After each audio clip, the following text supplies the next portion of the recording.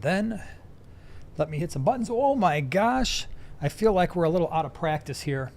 Yeah, rusty. We're very rusty because it's been a couple of weeks. And now I got to make sure all the buttons are okay. So give me a second here. And do you realize that we've never had a live stream before in 2025? Oh my gosh. Are you serious right now? Happy New Year, everyone. Hello, everybody. Happy New Year. We're going to give it a second here and let the fans from KG Tropicals come on in here. And that's going to be happening any second because I was just watching that live stream, as I'm sure some of you were too. So hello. Happy New Year, everybody. Great to be back. Glad you are here because we missed you. It's been 2 weeks. Yeah, right there with the movie quote. How long do you plan to stay in Mars? 2 weeks. Anybody get that? Can anybody get that one? We'll see. I'll give you another hint. Especially with... I got 5 kids to feed. So people are rolling in. Hello, everybody. Glad you're here. And like I just said, it's been 2 weeks and I already have a movie quote for you. So we're going to see who's going to whips here now. All right, ready? My movie quote starting out was 2 weeks. How long do you plan to be on Mars? Man, I got 5 kids to feed. We'll see who gets that one. Thanks for being here. We are very excited to be back after the week off. And now it is 2025. Hope everybody had a great Christmas and great holidays and Happy New Year. Glad you're here with us. We were out, and last weekend we went here. So we're wearing these shirts. We went to the Newport Aquarium. Yeah. In Newport, Kentucky, technically, but it's like right over the river from Cincinnati. So I think, Mike, boom, Total Recall, love it. Oink, Total Recall, Alien, Mars Attacks. Yeah, Total Recall. Mars Attacks is funny. Very good, everybody. I'm glad to see that you're on your early evening game. So anyway, yeah, last week we were at the Newport Aquarium. It's just on the other side of the river from Cincinnati. And I'm going to be honest, from the photos that I saw and even their website, we were expecting to go there and being like, meh, it's an aquarium. It's okay. We were very pleasantly surprised. If you have not been there and you are ever in the Cincinnati area, go. Highly recommend. Check out the Newport Aquarium. It was like $40 and it just kept going. I don't know what I was expecting, but I was expecting to walk in there and just seeing like a few displays. And we've been to some aquariums where it was like, wow, associated with major cities. And we were like, that was okay, I suppose. But this was a good one. So Newport Aquarium. It's in Kentucky technically, but it's really Cincinnati area. Check it out if you ever get a chance. So that's where we were last week. And we'll have some videos coming out pretty soon. I took a lot of video there because, again, I really love it when aquariums have a lot of freshwater displays, and they had some pretty cool ones. So yes, they did. Yep. And they were decorated for Christmas, and the Christmas music was playing. The saltwater ones were outstanding too. Sure. Yeah, those were acceptable as well. They had a bunch of big old sharks. They had an arapaima that had to be 10 feet long, and they had a grouper. Turtle? The grouper had to be a few hundred pounds. Yeah, and I like turtles. They had a big, huge, friendly turtle. Yeah. And Pastor, thank you so much for the super chat. Really appreciate it. Straight from KG Tropicals to you guys doing a 13-hour shift. You guys are making my night. Happy New Year from Minnesota. Well, glad you're here. Thanks for hanging out with us. So hopefully we make that 13 hours a little bit better. Those of you who just came from the KG Tropicals live stream, welcome. Appreciate you being here. So, as always, videos that have been out the last week or so. On last Sunday on Primetime Aquatics on this channel, I did the 75-gallon versus 60 breeder. So if you are somebody who's possibly thinking about purchasing one of those, check out that video. There's some ups and downs, some pros and cons to each one of those aquarium sizes, and I tried to cover as much as I could for you there. And then on Monday, we had 2 things happen on the Tank Talk podcast. And by the way, thank you to all of you who are subscribed to that YouTube channel or watch it on Spotify or wherever you're watching the podcast, because we really appreciate it. We just hit 10,000 subscribers. That's super yesterday, cool. Today. So thank you for that. But really appreciate it. So the Tank Talk podcast, the episode that we did on Monday were the benefits of live plants in your aquarium. And one note about that channel, John and I sat down. We do this sometimes. We got into this groove where we were going back and forth with ideas, and we've lined up in one day five guests. And what we're trying to do is bring in people you've probably never heard of, but they are really experts in their field. And so we're really excited about that. So over the next couple months, there's going to be a lot of people who share some expertise. And I promise you the vast majority of them you've never heard of, you've never seen. They don't have YouTube channels. They're not social media people. They are just really, really super knowledgeable people. So we're super excited about that over the next couple months. And in fact, I had a couple other people reach out and respond to my messages. And I'm like, wow, we actually have to put you on the next go around for the next month's filming because we just ran out of time this month. So you on Container Joy did.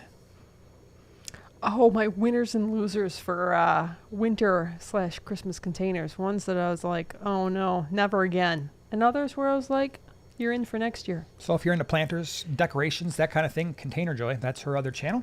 Check it out. And then yesterday on the small scape. I'm so confused as to what day it is. Today's Thursday. Oh my gosh.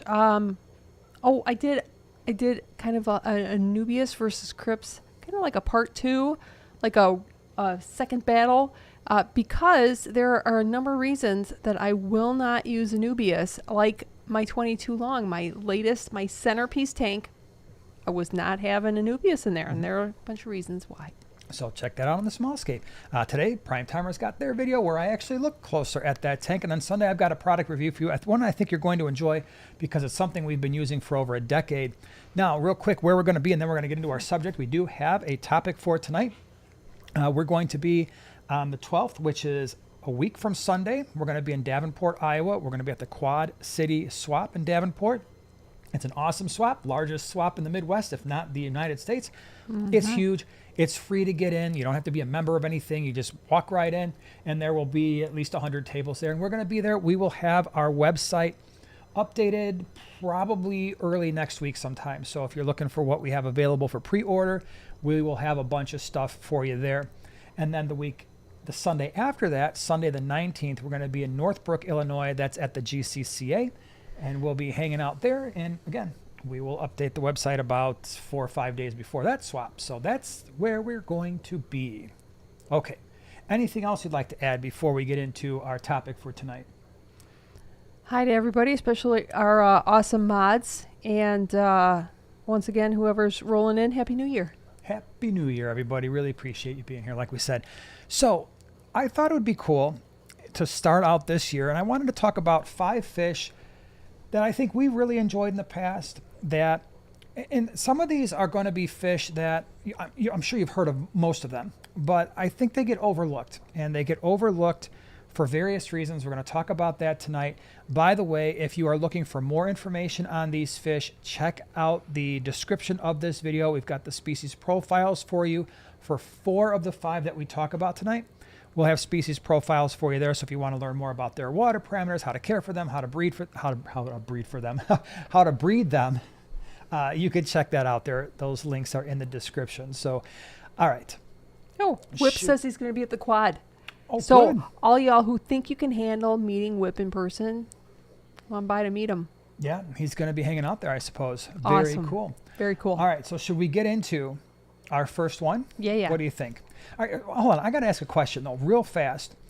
Our sump pump, I don't know why it does this, but it starts, and then it releases. I got to fix it. It releases a little bit of air. Can you hear that? Because it's annoying the heck out of me, and I'm going to be wondering that the entire live stream. I was wondering if you were going to say something because it's like driving me bonkers. It's like a whistle. It drives me nuts. If I would have thought about it before the stream, I would have probably done something with it, but it makes like this hissing noise a little bit. Okay. So sorry for that. Next week I'll have that fixed so that it's not doing that, provided I remember. So, and it goes on, shuts off, and then it stays that way. And it's really annoying. Okay, number one fish that I think gets overlooked, and we're going to talk about some goods and some bads, and that is these guys here. That is beautiful. The severum. There's lots of different types of severums. Here we've got some gold severums we have in our fish room right now. We have the red spot gold severum, which has a lot more red to it. It's a glorious fish. There's a red shoulder right there. We've had green severums in the past. These are really, really amazing fish. And if you've never kept them before, oh my gosh, you should certainly consider it at some point. And the reason why I think they get overlooked is, well, they're big fish, right? These are fish, you're not keeping these fish in a 29 gallon long term or a 40 breeder. This is a fish to me that needs really a 75 gallon. I would say long term would be really nice. Could you get away with one in a 55 for a while? Probably, because the 55 is just as tall, just as long as a 75, but they are going to look a little cramped in that 12.5-inch wide tank, wouldn't you think? Mm-hmm. Now, I think what would you say is one of the main reasons why these fish get overlooked? Well, for me, it's because they eat plants. It is a downside. So for all of you who are like, we love live plants, and I know that's a lot of people here, they do. There is no green thing I've ever been able to keep in a severum tank that they haven't eaten, or they're just taking bites out of, and that's everything. It's val, it's crips, it's sword plants, it's anubias. They eat duckweed, so that's a good thing. I will put in handfuls of duckweed. They like algae wafers. They also eat snails, which a lot of people overlook. So I used to feed, when we had like the pest snails, the ram's horn snails, I would chuck them in our 150, and they would eat the heck out of them. The other thing to consider is the green severums, and I'm showing you some of them here.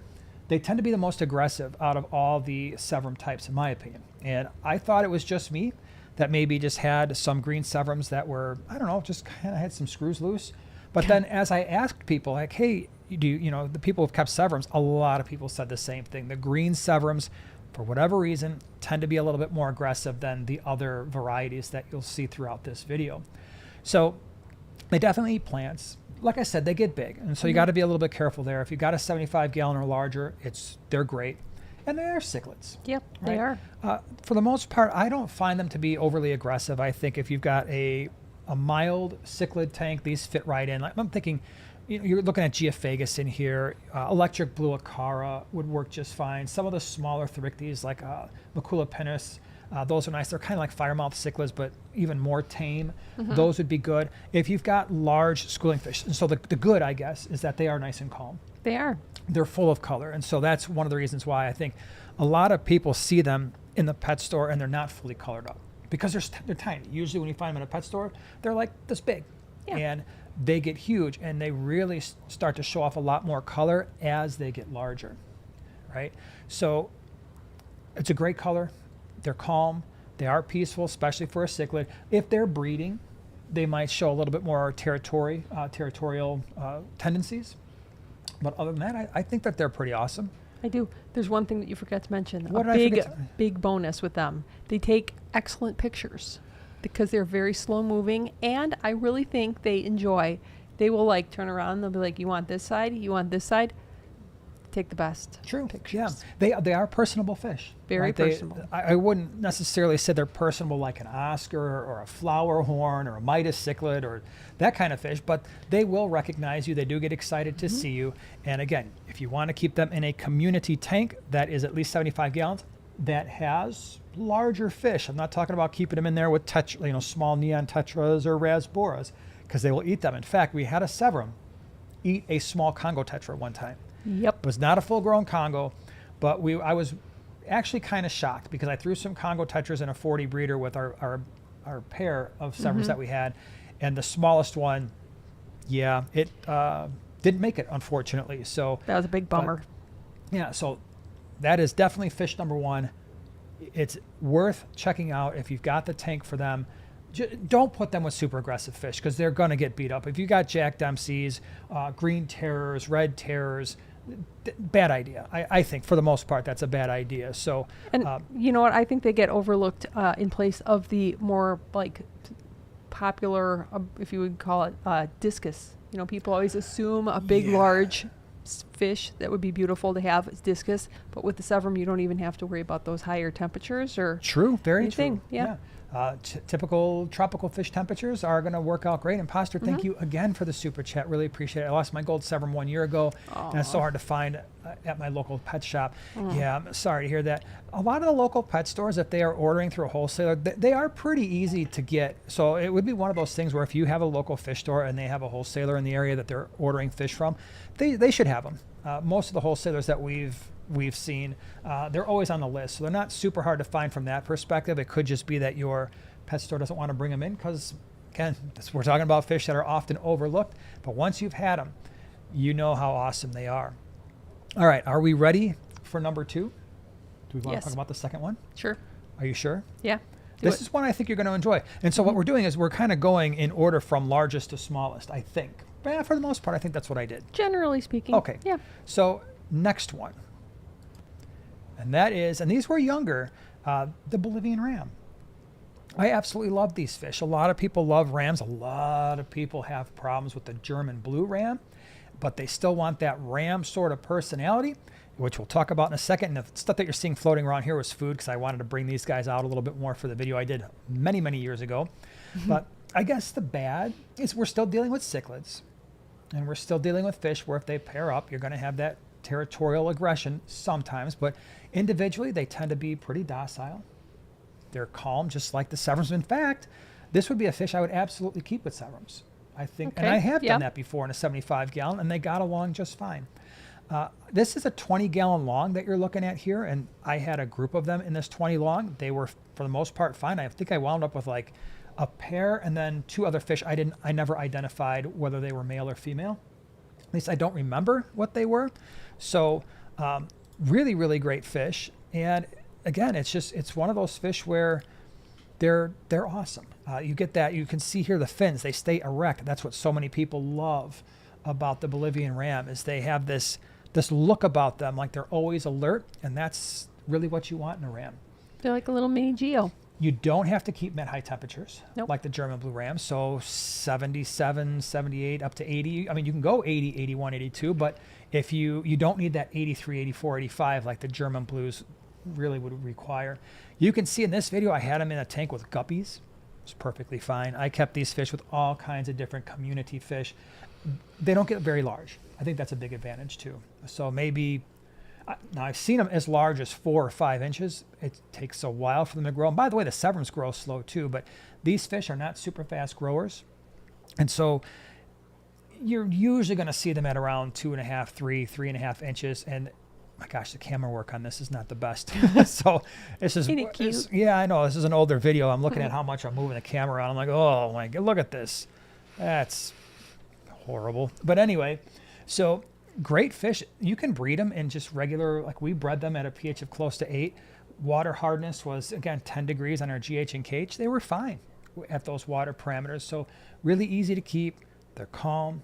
They don't get super aggressive. What else? Anything else? Well, I like them because they're a cichlid, but you can keep them in a 20 gallon. Yeah, absolutely. You know? So. The colors that you're seeing, again, this video is really not even showing off their true potential because the males get these long trailers to their dorsal fin and their tail fin, and they can get a lot more color. I've had these fish before, and by the way, if you really want them to have really awesome color, I like to keep them on the darker substrate with the darker background, just because they're going to show their color a little bit more. I would prefer to have sand. In this tank, I had gravel. If you're going to keep these fish, definitely put them on sand because that is going to be a far better option for them because they do like to sand sift. Microgeophagus is their genus, so they do like to eat earth, as they say. Mm-hmm. Oh, Jay Oliver's here. What's up, Jay Oliver? Hey. I really like that fish. Yeah, the Bolivian ram is awesome. So again, if you see these at a pet store, and the point of this beginning part of the live stream is if you see these fish at a pet store and you have the proper setup, don't overlook them because they don't look like much at a pet store. These young Bolivian rams are mostly silver. A lot of the pink that you're seeing, a lot of that orange that they get, and eventually that iridescent blue, you don't always see that at a pet store, especially when they're young. It takes a little bit of time for them to really start to color up. So just keep that in mind. It's making me really want Bolivian rams again, just well, so you know. We should get some. At one point, I ordered a whole mess load of them, and they went to the wrong location. And so they went to somebody else, and I haven't ordered them again, but I probably will at some point. This next one, I think you will have a lot to talk about. And for this one, I don't have necessarily a video to show, but because No? Well, I do, but I didn't know which video to look for. So unfortunately, I just have a picture. Are you ready? Yeah. All right. And I thought this was a good picture. Mm-hmm. It is. kribensis. So far out of the fish that we're talking about, I think this might be the most, and it might be the most overlooked fish on my list today. One or two, all right? And you see a male in the forefront that is on the bottom and the females towards the back. And so I think thing number one, they have awesome color. They actually have more color than the Bolivian rams do, right? So this is a pretty typical, this picture here, not my picture, not my fish, but this is very typical of fish that you find in your aquarium. This is the way they look. Males have better finnage. They have a little bit more purple. The females, a lot more pink to their belly. And in fact, I would say this picture is understated quite a bit, because when the females are either getting their own territory and protecting it from other females, or they're ready to breed, that underbelly gets really, really purpley. It's very cool. What's so funny?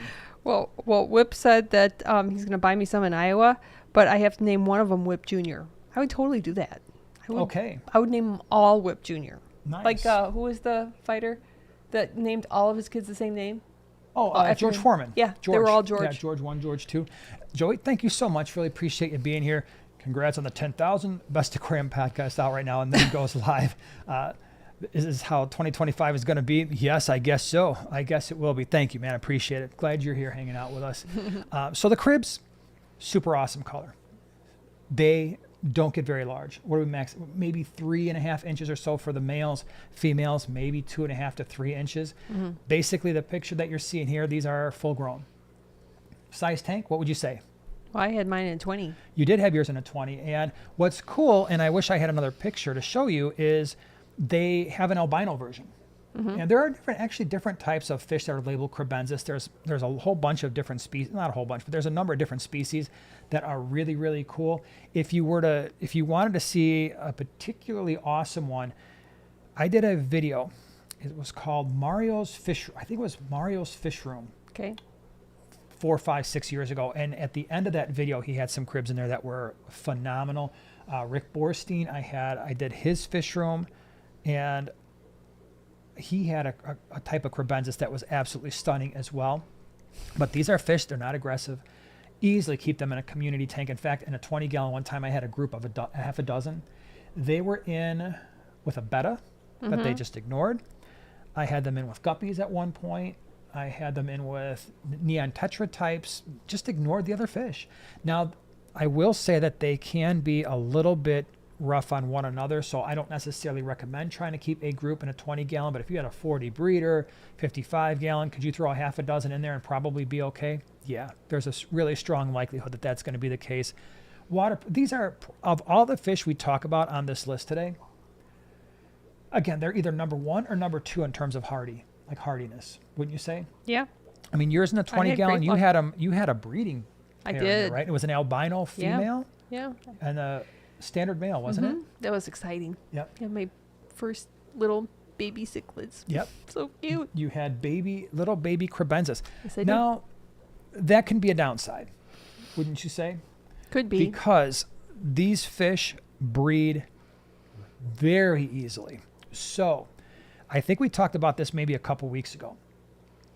Be careful with the kribensis. Be careful what you wish for, because it is awesome to watch them breed. And everybody, I don't care who you are, and I'm sure everybody here loves to see baby fish.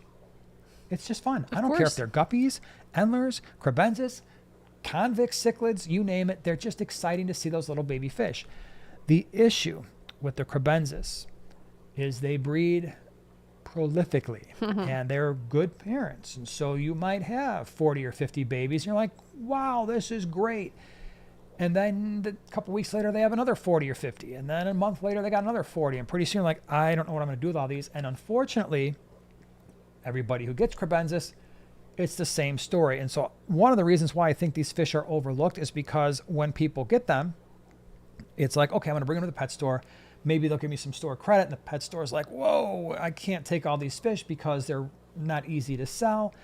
And so you wind up with some problems. And so just be really careful if you do get kribensis. It's not a fish, at least in our market, where I would encourage them to breed. In fact, maybe I would just get if I wanted multiples, I might just get a couple females because they look pretty awesome, or maybe just get a single male or a single female, kind of like I don't know, maybe like a centerpiece for your 20-gallon aquarium. That would be really, really awesome. But these are great fish, and they're cheap, right? Like I just said, they're really easy to breed. You can pick these up sometimes like in our market, $4 or $5 at about 1.5 inches or so. Grow decently fast, so they don't stay small forever. And again, they're one of those fish. You find them at the pet store. Not super colorful when they're small. They're going to have that black stripe. They're going to be a little bit pale, maybe showing just a little bit of purple. But that's it. And they're easily overlooked. But if you've never had them before, oh my gosh, the personality on these little guys is awesome. Another fish, they will eat some snails. They don't go crazy like the severums will. Bolivian rams, they will eat some snails, but they don't go out of their way for them. The kribensis, I found they will, but again, not a fish that goes out of their way for them. Anything else you want to add about said kribensi? No, other than the fact that they really do look like that. You know, they, as like opposed to like what? the picture. Well, sometimes pictures are a little like overrated, and you're like, they really colored it up, sort of thing. They really get those brilliant colors. Yeah, I mean, they can be really quite stunning in I would person. say that this picture is probably a little understated. Mm-hmm. I've seen them with more color than that, Yeah. especially the females. Danny, thank you so much for the super chat. Really appreciate it. There it went. What type of setup tank size and mates can I have with a firemouth? I love my Bolivian ram in my planted 20-gallon. We'll hang on to that question. So as soon as we get done with these last two, we're going to answer that question. Could you please make note of that? Can you do that so we don't forget? Yep. So Danny wants to know firemouth, tank setup, and tank mates. We're going to absolutely answer that question. So that is right up our alley today. Okay, next one. Again, we're getting smaller. So if you're like, man, he's just talking about cichlids. Not anymore. We're switching gears. All right. This next one, I don't have in the fish room right now. No. And I think it's a tragedy. Oh, yeah, I know, because it's one of your faves. It is one of my favorites, and it has always been one of my favorites, and that's these guys. The black phantom tetra. I absolutely love these fish.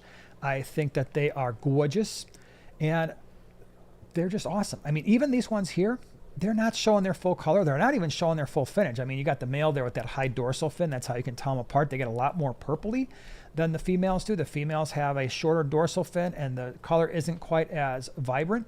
The females get a little bit more rounded. What I love about these fish is that it is somewhat of a schooling fish. As you can see here, they group together kind of nicely. Are they going to school super tightly? Probably not. But it is a really, really nice option if you're looking for that open water shoaling type of fish. It's cool. These are slightly rambunctious and possibly a little bit fin nippy. So is this a fish I would keep with veil tail angels? Probably not. Is it a fish I would keep with male bettas or a whole bunch of long-finned, awesome-looking guppies? Unlikely. Is this a fish that goes really well with your Bolivian rams and kribensis? Yep. Would I put it with a severum? Probably not, because the severum might eventually eat these fish, especially if they're small and the severum is large. But these are absolutely outstanding because they have great color. And you don't always appreciate it until you actually have them. And for people who've had these fish before, they're pretty darn awesome. Are they as fin nippy as the Buenos Aires? No. Buenos Aires they're like one of the king fin nippers, those like tiger barbs and stuff. Stinkers. These fish, not nearly as bad. They will sometimes chase each other around, so I highly, highly recommend, if you're going to keep this fish, big groups. They can go in a 20-gallon. I would easily put 10 in a 20-gallon. But if you're doing a 40 breeder, 55, 75, try to keep 15 or 20, because it's just going to cut down on some of that aggression. And every once in a while, you'll see the males kind of chase the other males around a little bit, just kind of dart at them. But they don't go necessarily out of their way to fin nip other fish. These would be a great fish, I think, to keep with most of your barb types. You can keep them with Buenos Aires for sure. Colombian tetras, Congos would probably be just fine. In this tank, this was the tank that we set up for Aquashella. I had them in with diamond tetras. And which I love, yes. I can't remember what else was in there, but you could put them with cory cats and gouramis. But they're awesome fish. What else do we want to talk about? What else do we want to say about them?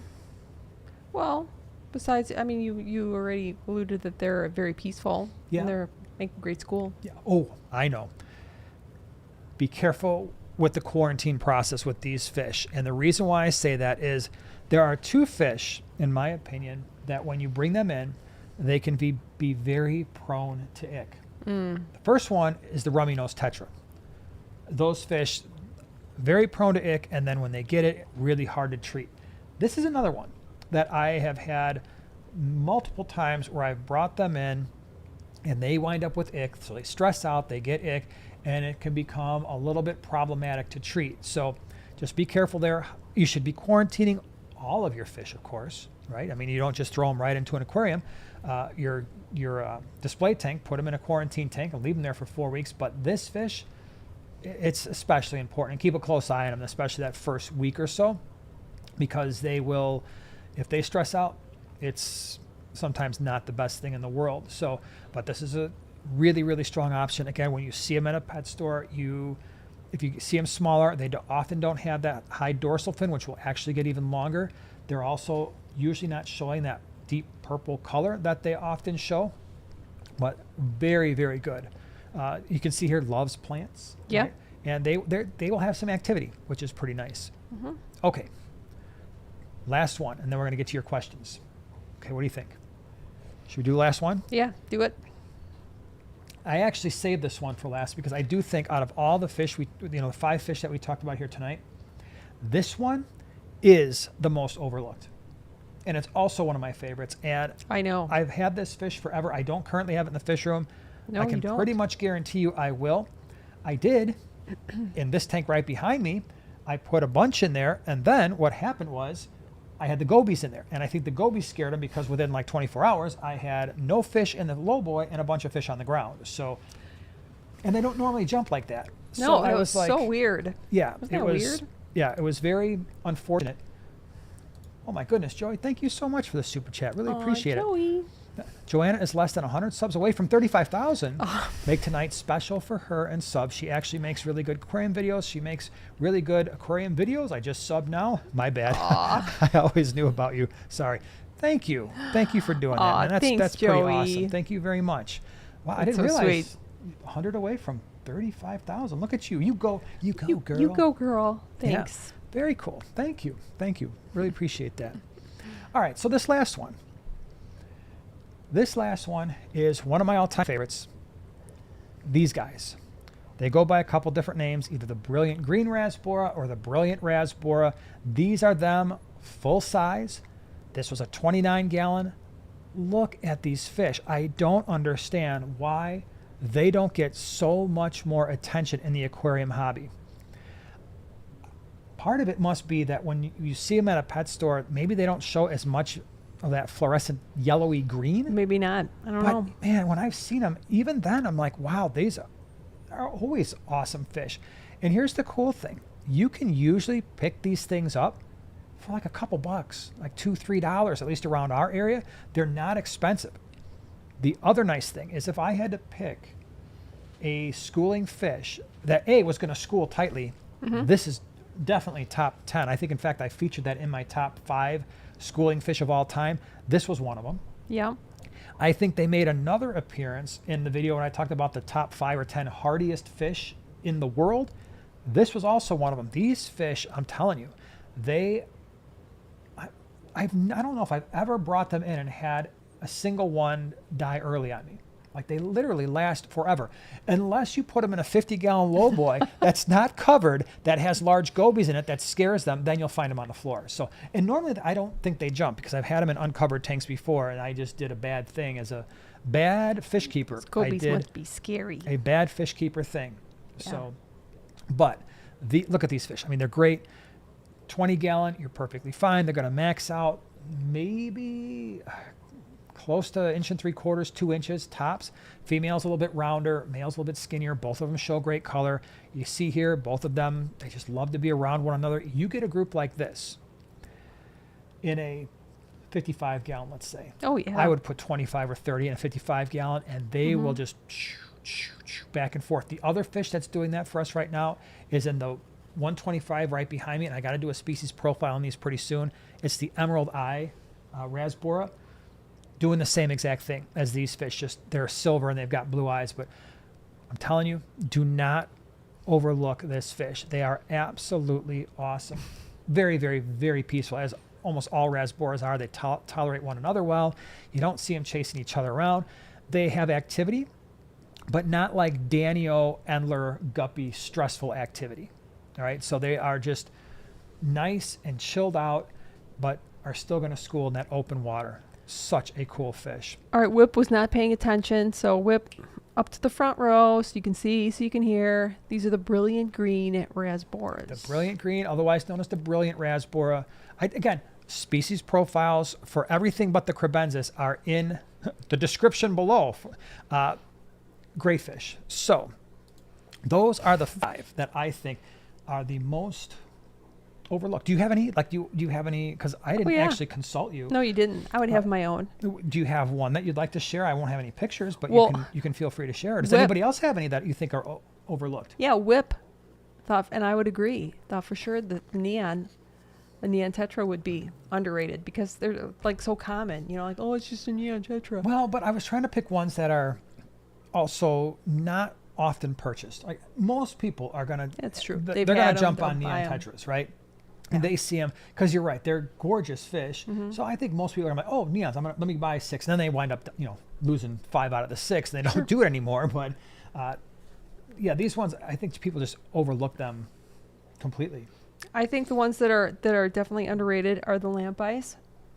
Lamp eye rasboras. Otherwise known as the emerald eye. Yep. Yeah. And then silver tip tetras. I still maintain that they're a very beautiful fish, but a lot of people are like, yeah, they're silver, boring. And one thing about the silver tip is we love them, and we had, oh my gosh, I think we brought in like 300 of them. They're so cool because that's what you do when you import fish. You bring in hundreds because that's how they sell them. Mm-hmm. And I think we had those fish for 8 or 9 months before we were able to sell them out.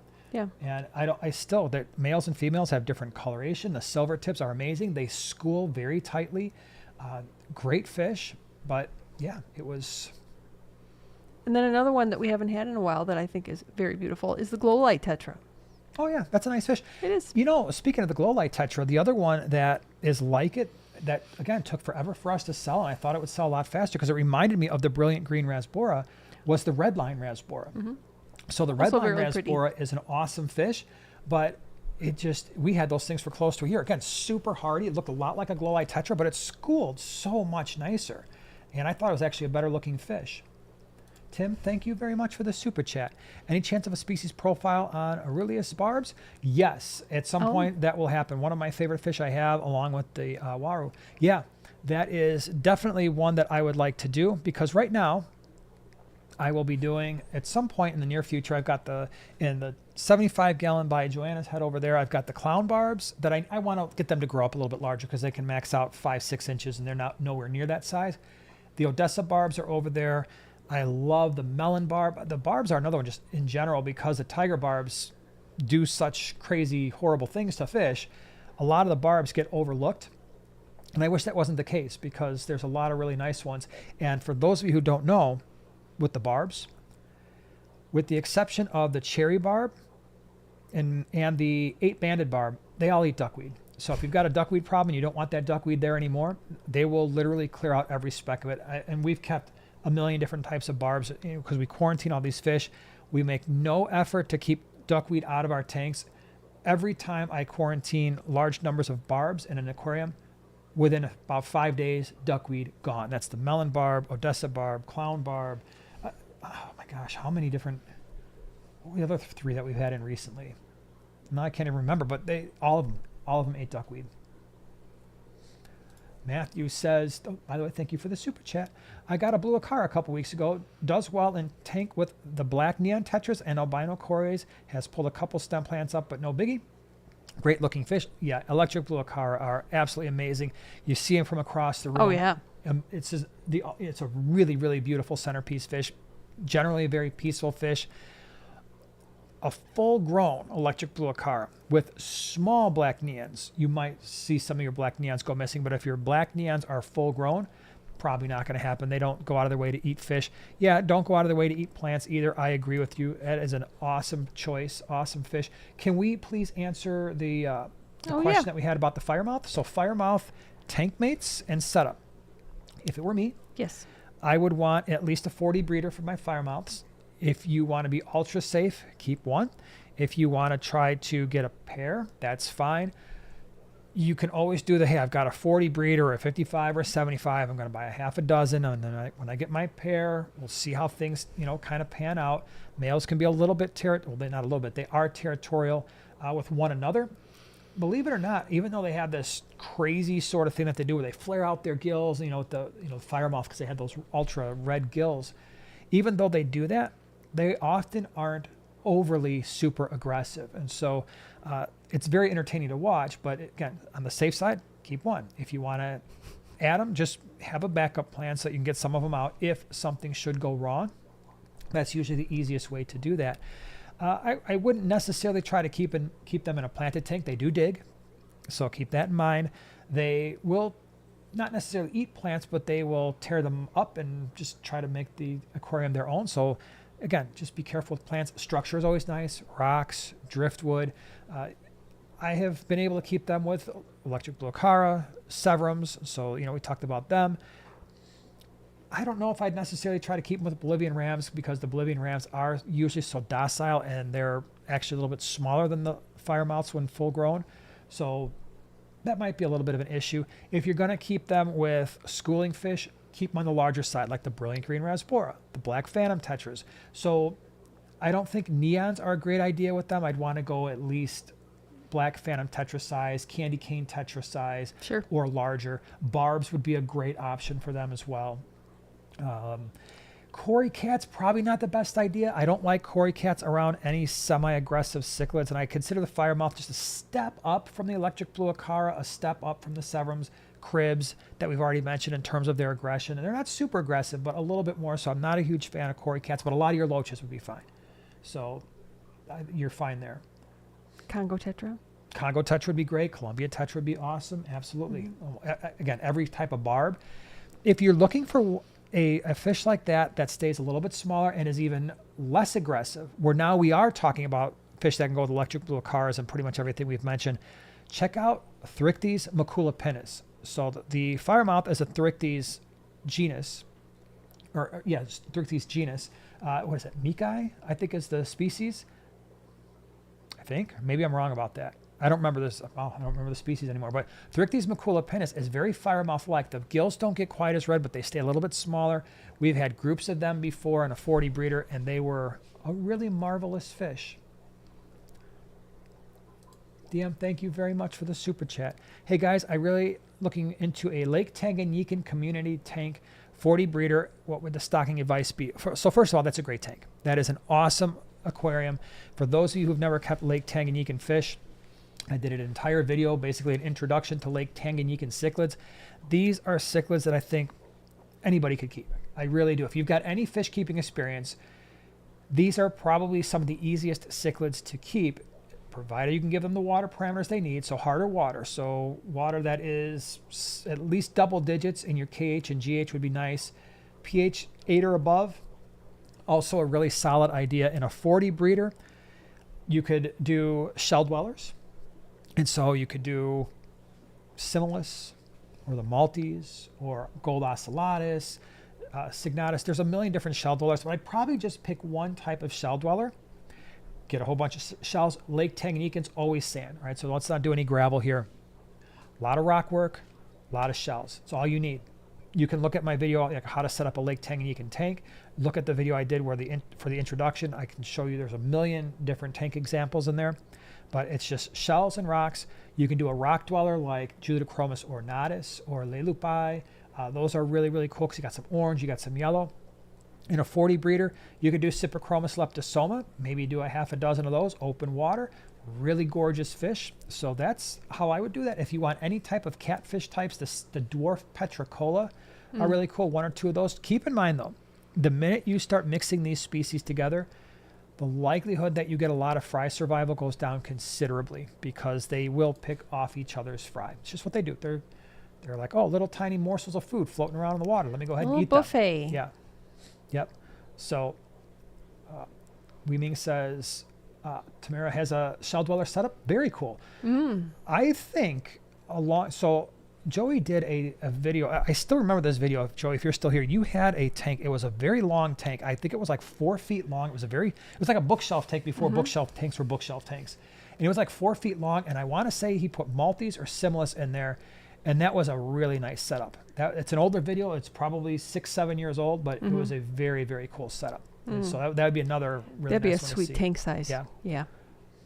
Shamu, thank you very much for the super chat. Denison barbs seem to be one of the only species of barbs that don't fin nip. They only nip chase each other, but that's it.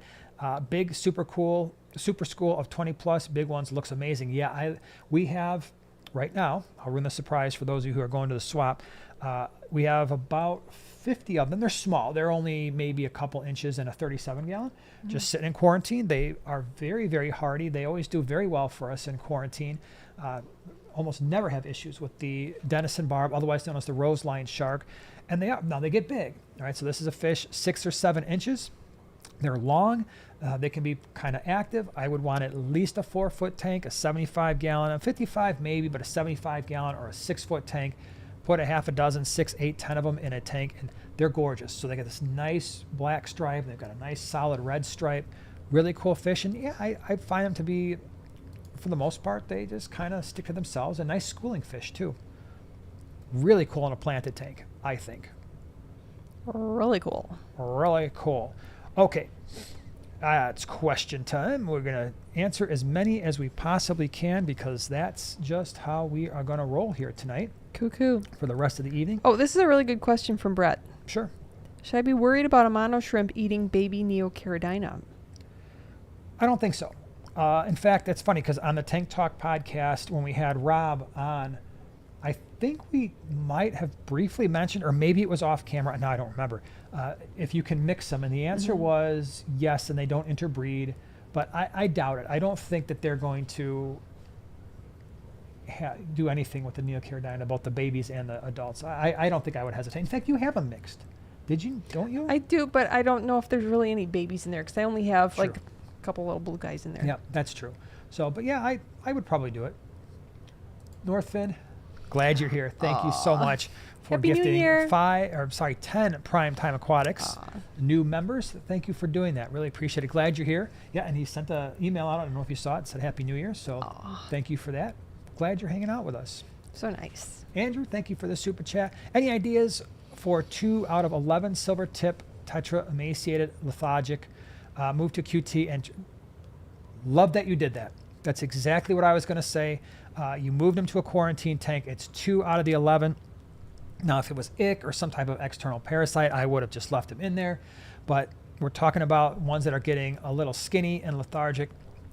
You did the right thing. The Paracleanse, Expel P, those are my go-tos when I have fish that look like that. If that doesn't work, oh man. If they were eating, they have medicated metronidazole flakes, and I think there are also medicated levamisole flakes. Anytime you've got a fish that you're suspecting has an internal parasite, it's best to use the medicated flakes if they are eating, and if you can find them. Otherwise, what you're doing is perfect. Why that happens, who knows? Sometimes they are genetically inferior to the rest. Sometimes they've got some kind of a internal parasite that they can't clear. But just keep an eye on the rest of them, like I'm sure you're doing, and you did exactly what I would have done. So very nice. Good job with that. Okay, let me see here. Somehow my chat got stuck all the way at in the middle somewhere. And so let me scroll a little bit because, oh my gosh, it really must have gotten stuck. Holy cow. Rhonda says, my Northfin, only food I feed. Yeah, us too. That is our only food that we feed. Absolutely love this stuff. And like I've always said, man, we really, really, really, really need our food to be top notch because otherwise we got all these fish in quarantine. Right now, last couple weeks, what do we got? About 2,000 fish in our fish room. And I know a lot of people that have businesses, they do the same thing, but these are in our home, so it's like they become our pets. It's not like I'm going to a business and, just kind of hanging out at a wholesale facility or something like that, a pet store, you feed real fast and boom, they're gone. Like, they become our fish for the minimum of 4 weeks that they're in our fish room. So we're watching them just like we watch the rest of our fish multiple times a day, feeding, keeping an eye on them. So food is super important for us. Sky Elizabeth asks, have you ever heard of the giant Odo? I couldn't find a lot of info on YouTube. Yeah, in fact. How big is he? Like this big? Yeah, he was like 7 feet long, this Odo. He was sucking on my forehead. I barely survived. Okay. How do you get out of the tank? By me beard. This Odo was going to eat me. It had fire shooting out of its sucker mouth. Make a great shirt. Yeah, the Odo almost ate me. Lady, Giant thank Odo. you so much for the super chat. Can the kribensis be kept with pearl gouramis? That's a great potential combination. Absolutely. Pearl gouramis are definitely a chilled out sort of fish. Kribensis also chill out. They're going to probably inhabit different areas of the tank. You're going to have your kribensis near the bottom. You're going to have your pearl gourami up near the top or in the center of the aquarium. I think that would be a really cool combination. I wouldn't hesitate to do that one bit. Ooh, Shamu says, how big is the one Denison barb, otherwise known as a roseline shark, that you have in the Vieja tank? I would say 5 inches or so. And I added another one in there that we had kind of straggling from one of the orders. And like I said, I just brought a group in. I've got some issues going on with that tank right now. Something is happening. The Denison barbs are fine. My severum is fine. My Raphael cat is okay. The blue phantom pleco has never looked better. The Vieja themselves, I watch them and I don't see them. It might be time, and I've always said this with cichlids. I had 9 of them in that aquarium. They've been that way since they were tiny little fish. Got along fine, but there's evidence that they're beating the ever-loving snot out of one another because they don't look that great. But their fins aren't in it. It's mostly body damage, but every time I'm down here, I watch them, and they're not doing anything. They just kind of hang out together on one side of the tank, so I don't know what's going on there. But I think I'm going to have to, and I don't have the tank space right now to separate them because the quarantine tanks are all filled. I have to get them separated. I need to figure out what's going on there because it might just be I keep my largest Vieja in that tank and then the severums in there and then start thinking about adding more of the roseline sharks because my whole point to saying that was I have more roselines. I wanted to up that group, but that tank also needs to be rescaped. And so I'm really thinking about what I have to do with that aquarium. But the Vieja just don't look good right now. I mean, if I were to show you, if I could take this camera in there, people would be like, okay, yeah, we need to change some things up. But it's the weirdest thing. I don't see any aggression in that aquarium, and yet the fish look like they've been fighting. So it's very frustrating. So we got to figure that situation out. It's definitely a situation. But with cichlids, that's why I always tell people, have a backup plan. You never know. Things can be fine. And I hear this all the time when I'll do a video and I'll say, hey, this fish can be aggressive or they're going to get aggressive. You're going to have a problem. And I inevitably get these, a lot of people like, oh, I've had them and they're fine. Okay, but for how long? Well, I've had them that way for a year.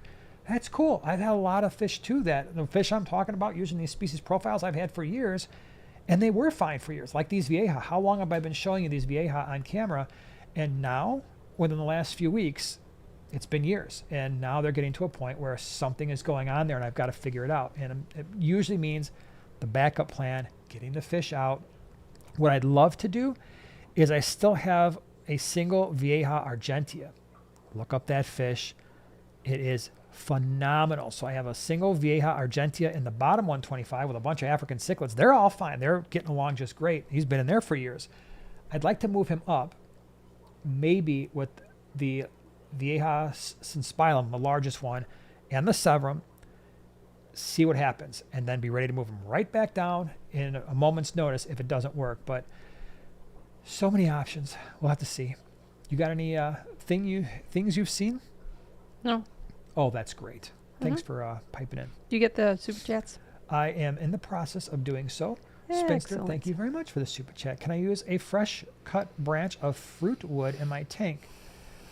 I don't know what that fruit is. Me neither. Cherimoya fruit.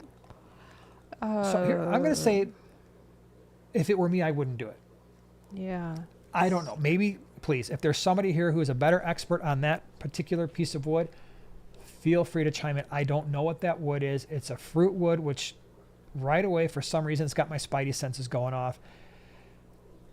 I don't, for me, the risk versus reward isn't great enough to try it, right? Because if it's releasing some kind of a sap or there's some kind of a phytopoison in there or something like that, all of a sudden my fish are dead. It's like, well, did I save anything by doing that? It's a great question. I just don't have the knowledge to know. If somebody else does, please feel free to chime in. For me, I wouldn't do it. Yeah, you have to research. I'm not familiar with that type of driftwood anyways at all. Good luck with that. Jason went Scottish. Well, I mean, if you're going to tell tall tales, I don't know how else to do it. It could just morph into like some other language. Funny story. Very quickly. I once did that in office hours the first week of a semester. Oh, yeah. Big mistake. Because my students didn't really know me yet, and they didn't know that I am a goofball. Not Scottish. So I did that, and like a few students had been in my office hours a couple times, and so they knew. And then a few students hadn't been, and they're like, "Wait a minute, are you Scottish? Do you just talk like an American when you're in class?" I'm like, no. Yes. So, but I thought that it actually made me feel pretty good. That really? that I sounded so legit to them that.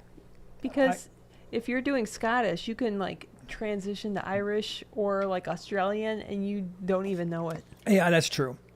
That's like, so I don't know how to speak a second language. I barely speak English well, so it amazes me. And I've asked this, and maybe can somebody here please explain this to me, because I still don't understand. When you have a child who grows up in a bilingual household, and they are able to, they learn 2 languages simultaneously, how on earth do they not intermix the words as they're speaking in a single sentence or a single paragraph, if you will, right? In a conversation.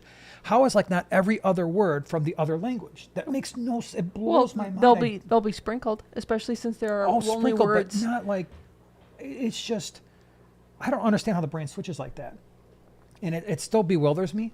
And so I'm super impressed by people who can speak more than one language. And the more you do it, but I was pretty happy because some of my Hispanic students one time, I can speak fake Spanish. And when I did it, they said I actually spoke 2 real words. And they didn't go together, and they made no sense. But they're like, oh my gosh, you said, I don't remember what it was, like apple and something else, like barrel. That made your day, didn't it? It was some crazy thing, but yeah. Good job. Haley, thank you so much for the super chat. I didn't see a question anywhere, but if you do have a question, Joanna will look for it and make sure that she gets it to us so we can answer. But thank you. Really appreciate it. Ooh, Oink has been a member for 39 months. We're going on 40. Aww. That's very cool. All right.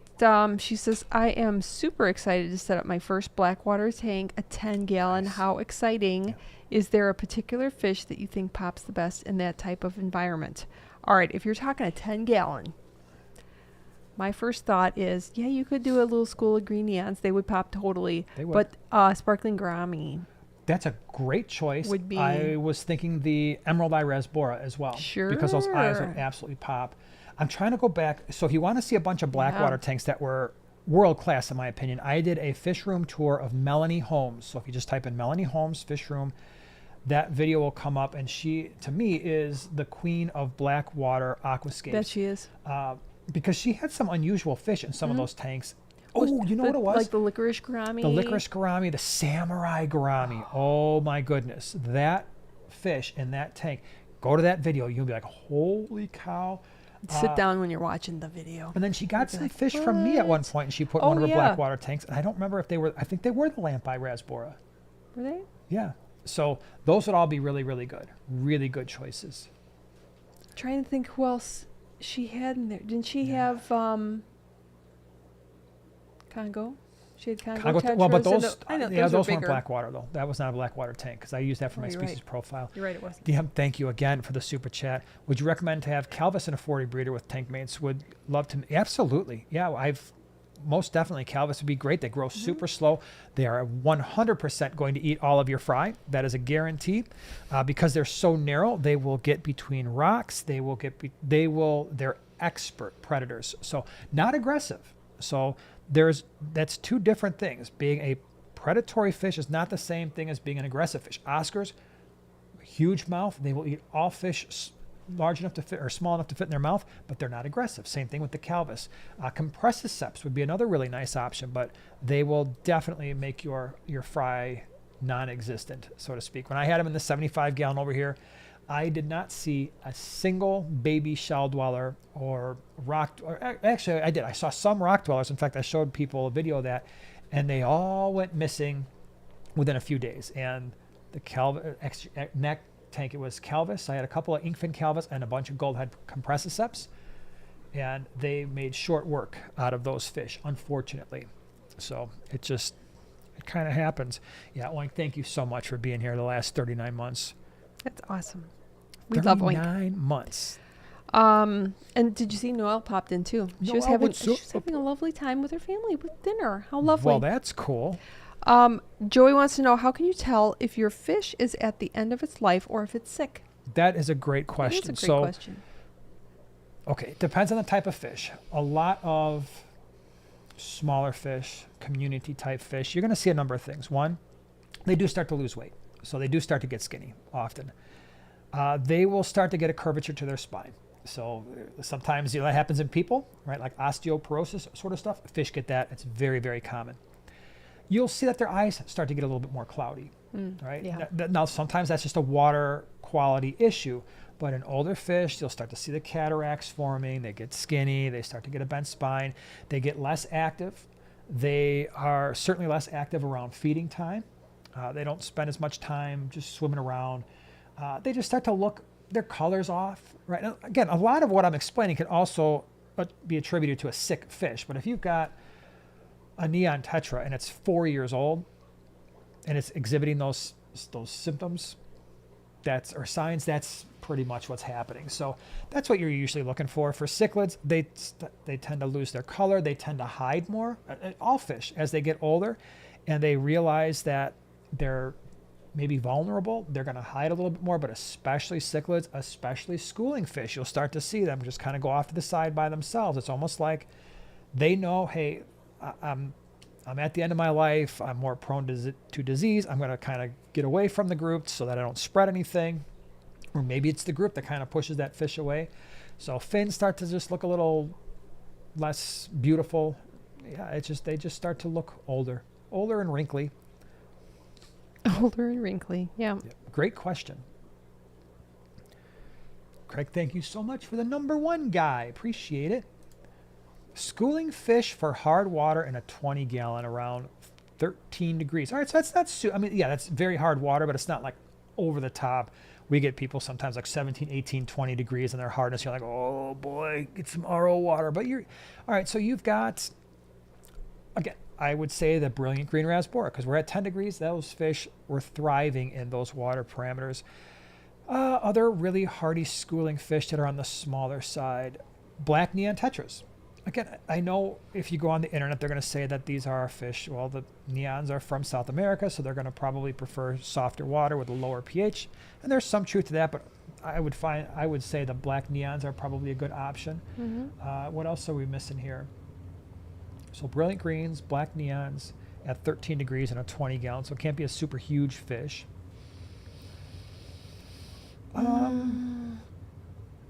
I'm trying to think of some of the barbs, because some of the barbs can take that pretty well too. But in a 20-gallon, what about like cherry barbs? Maybe the cherry barb. Yeah, I was just thinking the cherry barb might be a possibility. We had the 8-banded barb that was a really calm fish that was really nice. In fact, did you know we still have one?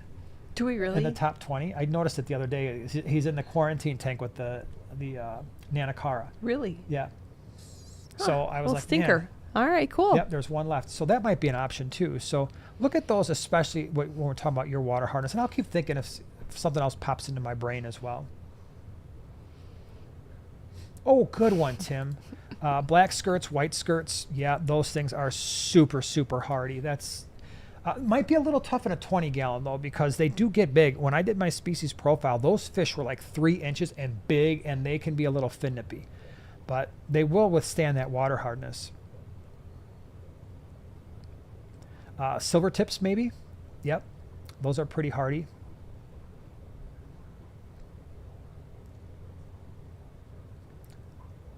Saya says botanicals and driftwood can lower pH. That is true.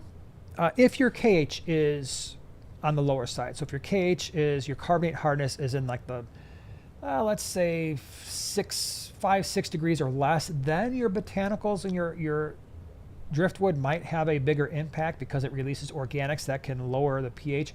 But if you've got hard water, like we do, the 10 degrees, the pH and botanicals do nothing to our pH, we can throw in, and we've had massive pieces of driftwood. Like, remember that 20-gallon, we called it the driftwood tank with the tiger linea? Yep. That tank was like half driftwood, got super, super dark tannins. It did nothing to our pH just because it was, it was well buffered. Aquarium Talk TV is in the house. What's up?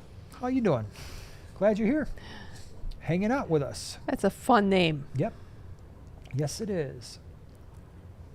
Hold on. Where did Michelle says? What about 5-banded barbs? Yeah, I would think so. But again, the reason why I picked the 8-banded barb is they're not finippy. They're really calm. Where I think maybe the 5-banded would be possibly a little bit too rambunctious towards one another and other fish potentially in a 20-gallon. Maybe not. Oh my gosh. Oh boy. Let's see if I can compose myself here. Oh, here we go. I may choke up. Okay. It's going to be okay. Where did it go? Where did it go? Okay. The fish room, ABQ. Been stocking a 210-gallon. I have put 185 green neon tetras. Absolutely loving it.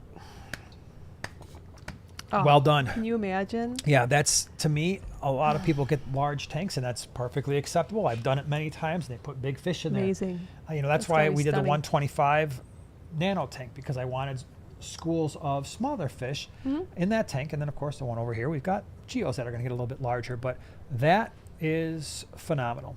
Very, Imagine. very cool. You know what I say about green neons? If you have the green neons, you don't need anything else. I'm just saying. Okay. Amber says, what is the best way to measure KH? They have, it's part of the kits. So the test strips, let me see this. I've got a Fritz test strip, and I'm not going to be able to You read this. can't see that. Is Put your glasses on. water hardness on this one, or no? The GH and KH? I don't think it is on the 6-in-1, but because normally the water GH is. GH yeah. and KH. Okay, so here you go. Fritz, 6-in-1 test strips. You can measure your GH and KH. These are pretty accurate. So just dip that right in there, and you can get all the information. You can get ammonia. No, not ammonia. This one doesn't do ammonia, right? I think it's nitrite, nitrate, nitrite, GH, KH, chlorine, pH. That's the 6, yeah. Because ammonia is almost always a separate test kit. It doesn't matter, or a separate test for the test strips. It doesn't matter what the manufacturer is, because there must be something going on where they can't manufacture that reagent and put it on the same test strip as the rest of them. There's got to be some kind of a reaction that would happen. But that's the way to do it. It's simple, it's easy, and you'll get all the information you need, all the important information at least. No second floor. He will never be seen in public with his glasses on. So dumb. Oh, what? It's They're a new right year. here. Come on, do it. Not going to do it, but It's a look, new check year. it out. I've Come got on. I literally have probably a half a dozen of these laying all over the house. Yes, he because I'm does. too lazy, because I start losing them. So this is my downstairs pair. I have 2 in the living room. I have 1 upstairs. I have 1 in my office at school. And there's another auxiliary pair somewhere. Oh, there's 1 in my car too. So Really? Yeah. Well, it doesn't count if you don't wear them. that's right. So I don't need them. Joey, great question. I had some Java moss that went bad, and it was still alive, deep green, but had a very bad smell. And when at the top of the tank, it got hard and crusty. It killed all my fish. What happened? That's a great question. So usually when the Java moss smells like that, there's a green algae associated with it, but usually it doesn't kill the fish. So unless maybe there was something trapped in it that you didn't see, like maybe there was a dead fish or 2 in there, because I mean, if you have enough Java moss and dead fish get caught in there, it can foul up the water and create an ammonia spike. So I wonder if that was the case. The top of the tank, it gets hard and crusty. It's definitely going to do that if it dries out at all, but it's usually, if there's green algae in that Java moss, it will stink, and it's yucky, and it smells on your hand. How many of you have experienced the stench of the green hair algae? You're pulling it out. It's awful. It's disgusting, It's right? awful. It's not as bad as like a dead snail. No, it's not as bad as that. And it's definitely not as bad as, how many Like- of you have done this where you're cleaning an aquarium? I know and it's your coming. arm Yep. rubs up against the rim of the aquarium, right? So, Worst. so you're just doing something, right? Doing a water change, maybe you're gravel vacuuming, your whole arm is rubbing up against the lid of the aquarium. And then maybe you go to like scratch your head or do something and you get your arm near your nose and you realize you've got decaying food all over your arm. That From the lid. dead snails smells the worst. Yeah. That decaying food matter It's awful. is a very close number 2. And It then the really green is. algae nastiness mixed in with the Java moss or just kind of growing at the top. That's pretty bad too. Yeah. But those are all ways to make your fish area and definitely yourself stink really bad. Super chat. Hold on. Well, man, my whole situation here is messed up. So you're just going to have to... Why is this doing this tonight? I don't understand. Oh, and then let's see. And I think you might have missed another one. Hold on. Well, you can go and Hold on. if you can please Hold on. do that. Let me. Oh, here we go. Oh, yeah. Pastor B, thank you so much. Appreciate it. My wife's favorite fish is a discus. I could definitely see why. Very cool. I've been wanting to do a discus tank for her for our Wow. anniversary. Now we're talking. I'm already Wow. liking this dynamic we got going on here. I do have an empty 180. Perfect. What tips to success set one up? So, great tank size for that. You got a 6-foot tank that is 24 inches wide, and then what is that? At least 23 inches tall. That's a really nice tank. So if it were me and I were doing that with that size tank, I would put an FX6 on there, you know, a nice canister filter. Heavily planted, I think give them structure, so give them some driftwood, give them a whole bunch of plants, jungle val, big time anubias, like the bigger anubii, some crypts, some sword plants. Keep them warm, right? So discus do like to be warm. Keep them at 83, 84, 85. Make sure you have no ammonia, nitrites and nitrates. Let's try to keep that definitely under 20 parts per million. Water hardness. Now, if you've got crazy hard water, like over 10 degrees, 12 degrees, you might have to cut that with some RO water to try to get that hardness down a little bit. But if you're 10 degrees or under, I mean, I know a lot of people in the Chicagoland area that keep discus at our water parameters. It's perfectly fine, but the big thing is keep them warm. And pH, if you're somewhere around neutral, and if you're in the single digits, especially in the mid-single digits, you're going to be in great shape. Start slow with them. You can always add more later. I think great tank mates. The German blue ram loves to be kept at that temperature. The rummy-nosed rasbora would be fine. There are some cory cats that like it warm. I don't remember the species off the top of my head right now. Some of those plecos, like some of those, like the zebra plecos and stuff, like it warm like that too. So that will be an amazing aquarium. Definitely, I don't know, 8, 10, 12 of them in a 180. You missed some other couple. Keep going up. I'm going, man. Go on, get. I'm going. Did that. Okay. And Okay. then I think there was a comment from... A comment. Wait.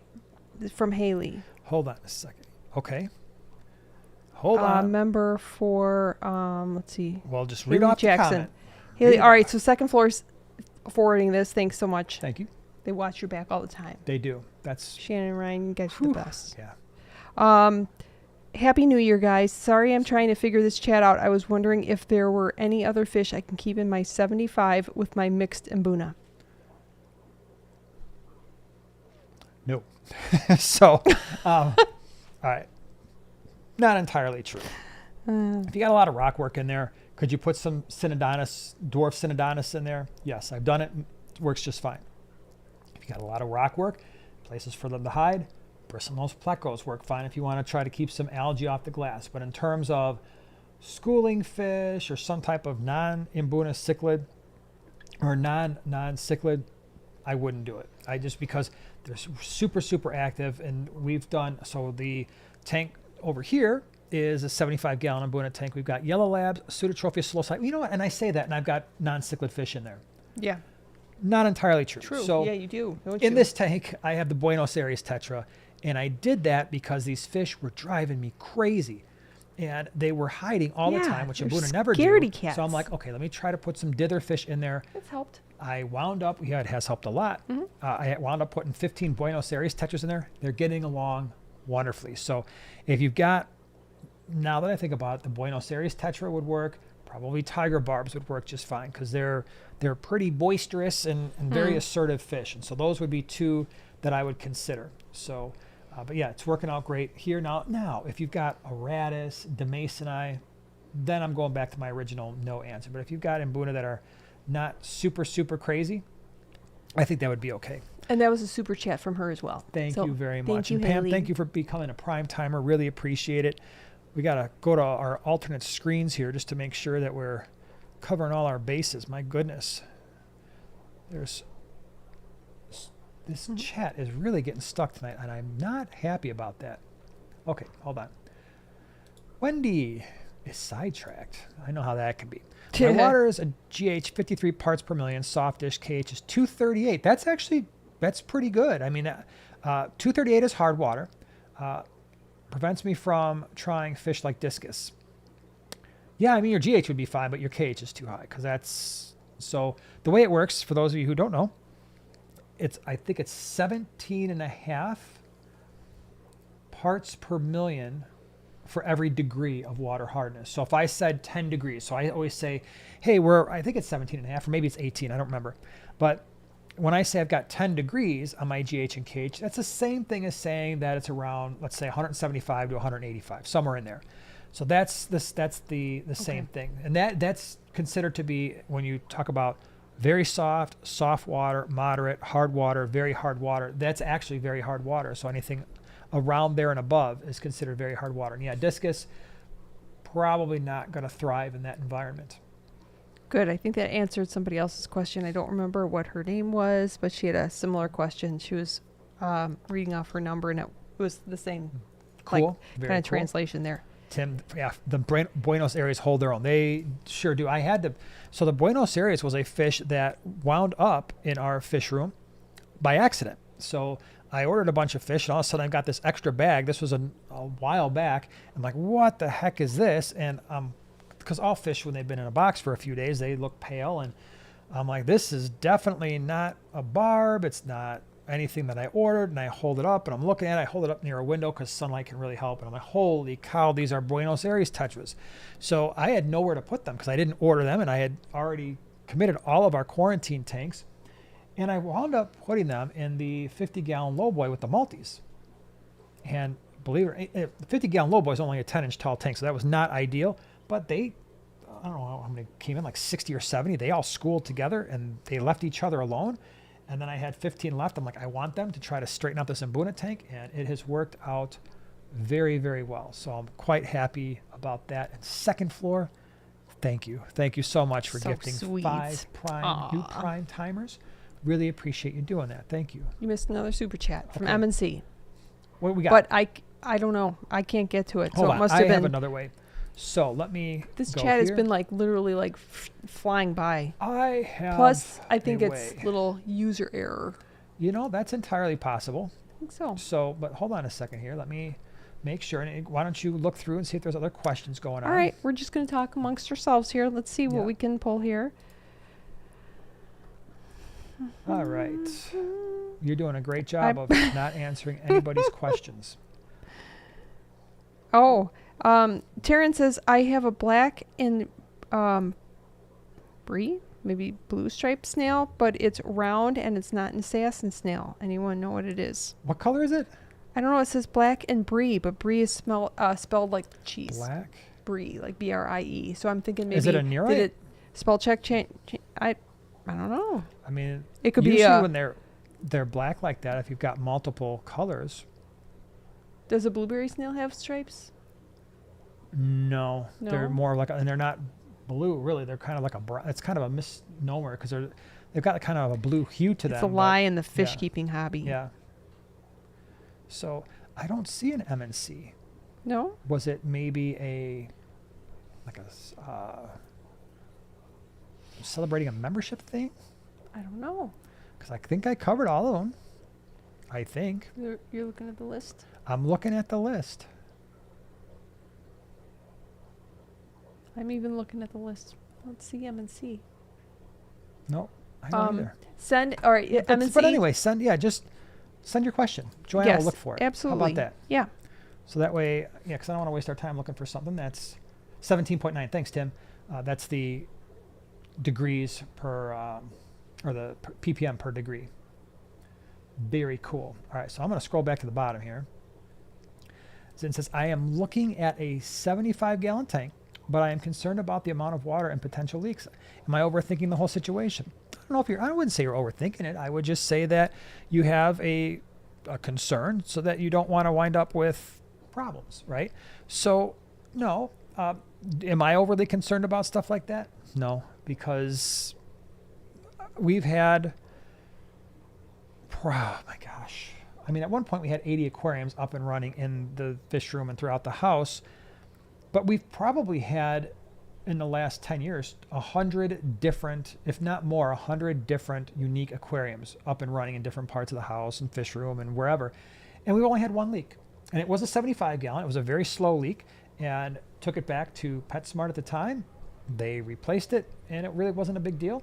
I would say if you're worried about any water on the floor, it's probably not going to be the tank. You just got to be careful of your filtration. So if it's a concern, the internal canister filters are your best bet because they're all in, it's like the Seche Shark line. Those would be your best bet because there's no opportunity for them to put water on the floor, like a hang-on back or a canister. So, but no, I wouldn't worry over too much about it. Matthew, thank you so much for becoming a prime timer, as well as Lisa. We got some new prime timers in the house, and we got Dre. Cool. Thank you very much. Glad y'all are here. That is very cool. Yeah, Ted, the Seche Shark Pro, very, very nice filter. Yes, Lots it of filtration is. capacity. I love mine. You've got the nanos. I So do. The sharks, the big ones can. You put one or two of those in a 75-gallon, you can get a lot of flow and a whole lot of filtration capacity. If that's something that you're concerned about in terms of getting water on the floor. Tim says, I put 1/4-inch neoprene under all my tanks just to be safe, eases my fear. That will certainly help. Mm-hmm. I have a boot mat under mine. Yep. Yep. You sounded like that. Yep. What were those things? Yes. What show was that from? They were what was that? Were they? No, they were like. Yep, yep, yep, yep, yep, yep. That was the Muppets, wasn't it? Yep, yep, yep, Was yep, it? But yep, what yep, were yep, they? yep, Were yep, they? yep, yep, They yep. weren't. Or was it Fraggle Rock? Oh gosh. I think it what might were have been they? Fraggle But Rock. what were they though? Were they frogs or aliens? I don't remember. It's either the Muppets or Fraggle Martians? Rock. Somebody chime in. Doc says, for leaks, every tank I get, I put in my garage. Oh, that's good. Fill them to the brim. Fuller than I would my fish with the fish in it, and let it sit for 3 days before draining. Yeah, that's especially important to do with any tanks that you get used. I will always do that as well. So I'll put them somewhere not in an area where I have to worry about water hitting the floor. Where you know where it's from? Where? Sesame Street. They were aliens. Yeah. Okay. Wow. Or wait, we're getting Muppets. Yeah, I thought it was. Hold on here. And then Let's the see. Great Space I gotta- Coaster I is have to kind of see in 'em my now. brain too, and I don't know why. I have a basement floor under all mine whip. Yeah, me too. That makes life a lot easier.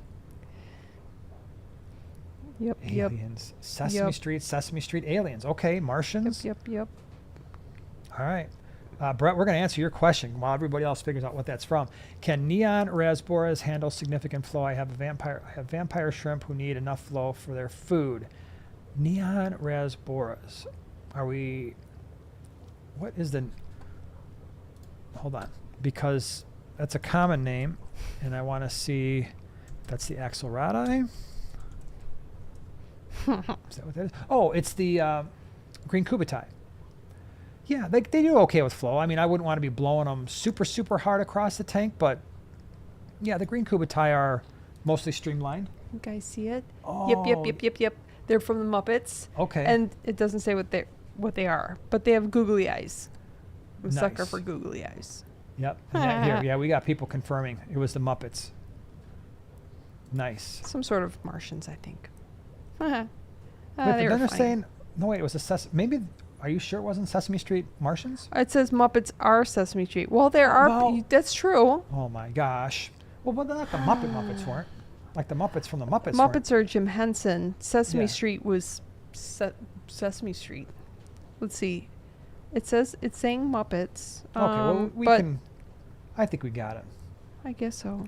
Ted says, loving my Shark Pro so much. I'm going to run dual Shark Pro my 75. Just got to wait for John and Lisa to get more Shark Pro 900 in stock. Yeah, those are, it's funny because years ago, I was not a big fan of the internal canister filters. I just figured if you got to plug something in, let's put a hang-on back filter in there. And mostly because the Seche line, I don't know if they were even out yet. I don't think they were, because when I originally did a video where I compared the internal canister filter to, I think it was a hang-on back. And at the time, I was like, I would just do hang-on back all day, every day.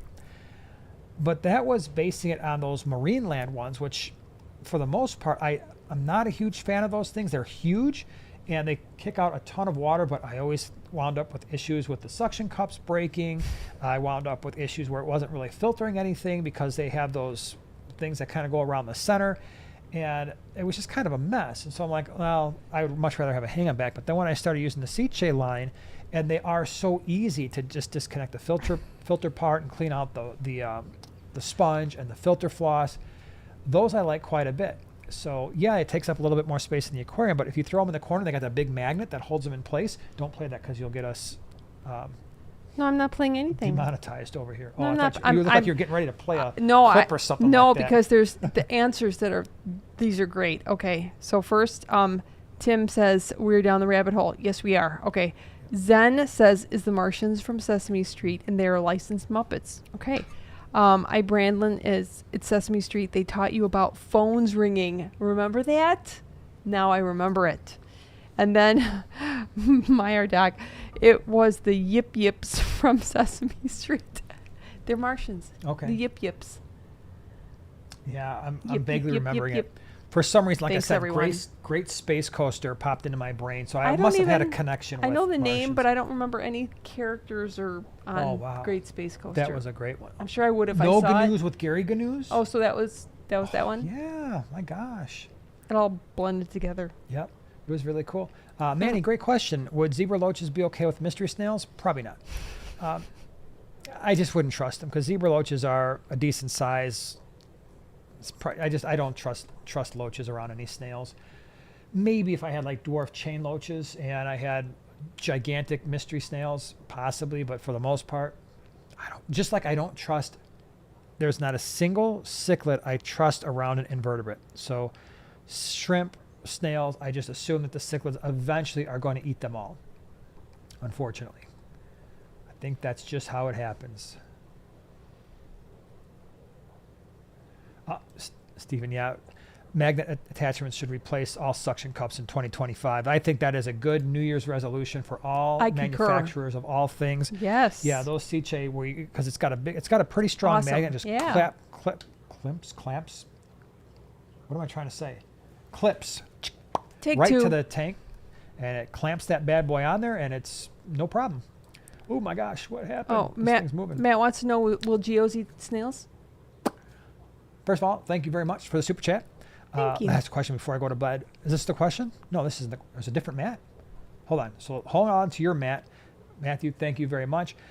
Planting a non-planted rock-focused 29-gallon well water is very soft and below neutral pH. Any fish suggestions? Oh man, sky's the limit for you. So soft water, neutral pH, you got everything. I mean, everything except African cichlids from the Great Lakes, goldfish, which you would never put in a 29-gallon. Most live bears aren't going to like that, but literally all your small tetras, all your neon types, all of your rasboras are going to be fine. Your cory cats are going to love it. What else? I mean, like every single neon tetra type. Your barbs are going to be fine in that water. So I have soft water envy, I think, because we have harder water. So a lot of our fish do just fine, but when you have soft water, it's like everything. All your rainbow fish. I mean, I wouldn't put big rainbow fish in there, but all your pseudomoguls are fine. Mm-hmm. Yeah, I mean, you've got everything, man. What fish would you pick specifically for non-planted, though? Like, what would you be like? All of them are fine because you can. Yeah. If you've got driftwood or rocks, he said non-plant rock focused. Mm-hmm. It's fine because.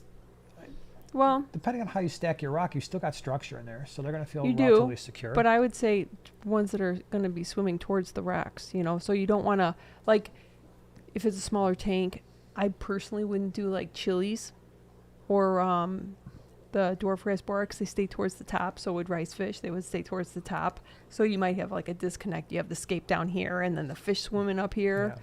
That's all. Yeah, but you got lots of options. That's Lots cool. of options. That's very cool.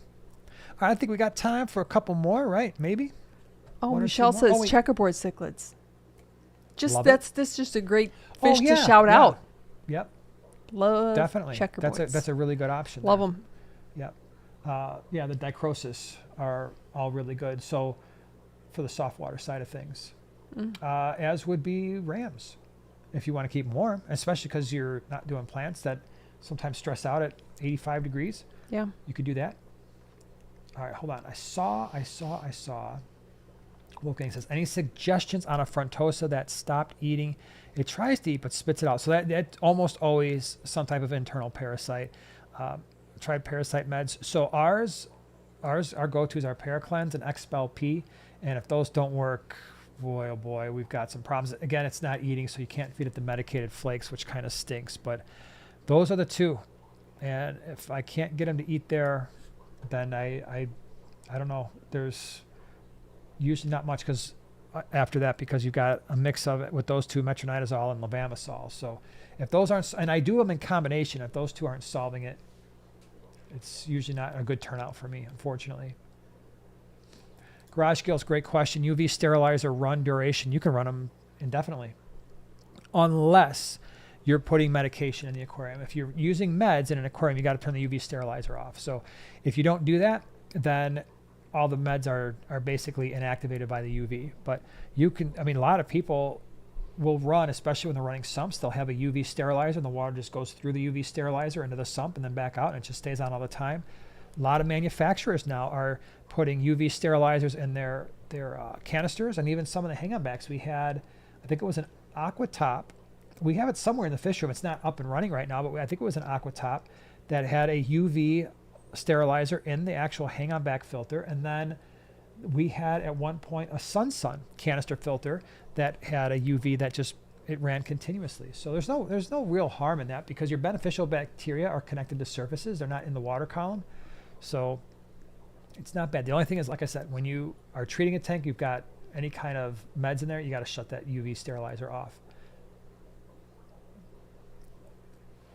Me Wing says, yeah, if you run it 24/7, it is kind of a waste. So for me, I have a UV I always forget we have that too. I have a UV sterilizer in the fish room. I don't have it hooked up to any tank in particular. I probably could, if there's fish that I bring in, it's like, well, this fish, either they're not looking great, but there's no obvious signs of disease, so I'm not treating them with meds just yet. It would be a situation like that, but the minute they have an actual disease, I'm usually putting meds in, so the UV sterilizer has to come out anyway.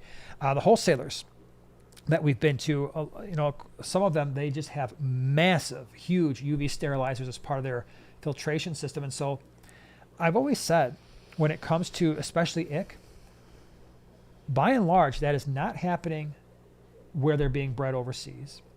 It's probably not happening at the wholesaler, because they've got massive UV sterilizers and that water is just kicking through, and so that keeps it in check.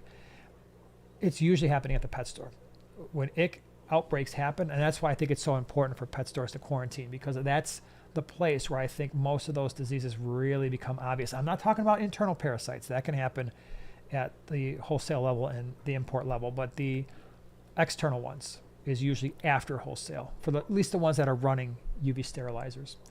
All right, everybody, I think we are going to call it a night, because it is getting late, and I know a lot of you need to go to bed because you probably had a really fun time on New Year's hanging out with your fish, and you're still recuperating. Even if you didn't do any crazy stuff, you stay up late. You stayed up late enough, and it takes days now to recover from that. It does. We were up. We heard the fireworks go off at midnight. That's crazy. Whew.